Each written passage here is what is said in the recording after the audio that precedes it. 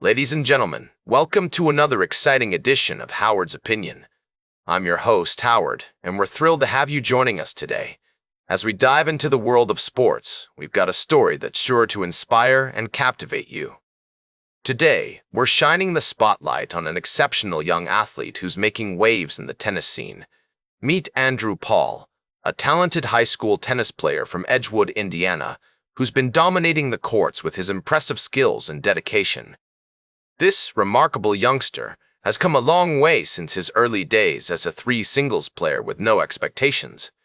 Fast forward to today, and he's now a force to be reckoned with, earning the title of 2024 HT Player of the Year. What's truly admirable about Andrew is his passion for the sport, which goes beyond just playing. He lives and breathes tennis, constantly learning and improving his game. His coach, Kerr, praises him for his leadership and sportsmanship on and off the court, saying he'll be sorely missed next year.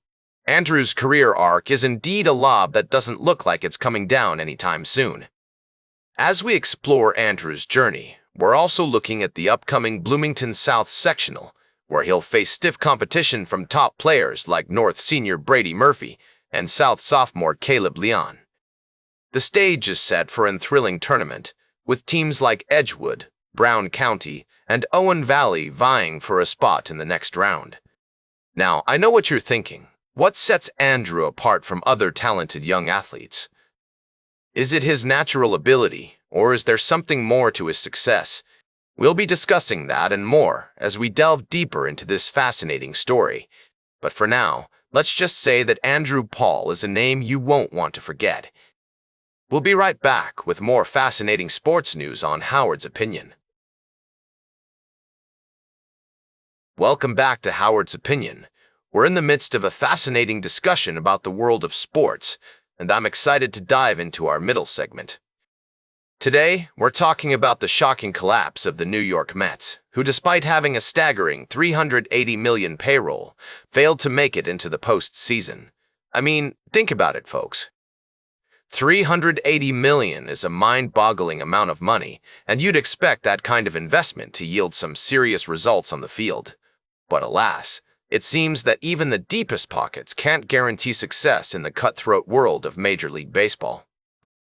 According to reports, the Mets had a 94.5% chance of making the playoffs as late as September 1st, but they somehow managed to blow it, losing crucial games down the stretch and ultimately missing out on the postseason. It's a devastating blow for the team and its fans, who are expecting big things from their star-studded roster. Now, I know some of you might be thinking, but Howard, it's not just about the money, and you're right, it's not. It's about the chemistry between players, the coaching staff, and the front office. It's about making smart decisions and executing on the field. But let's be real, folks, $380 million is a lot of cash, and you'd expect that kind of investment to bring in some top-tier talent. The Mets' collapse has left many wondering what went wrong. Was it the injuries to key players, the underperformance of certain stars, or was it something more systemic, like a lack of cohesion or poor decision-making from the coaching staff?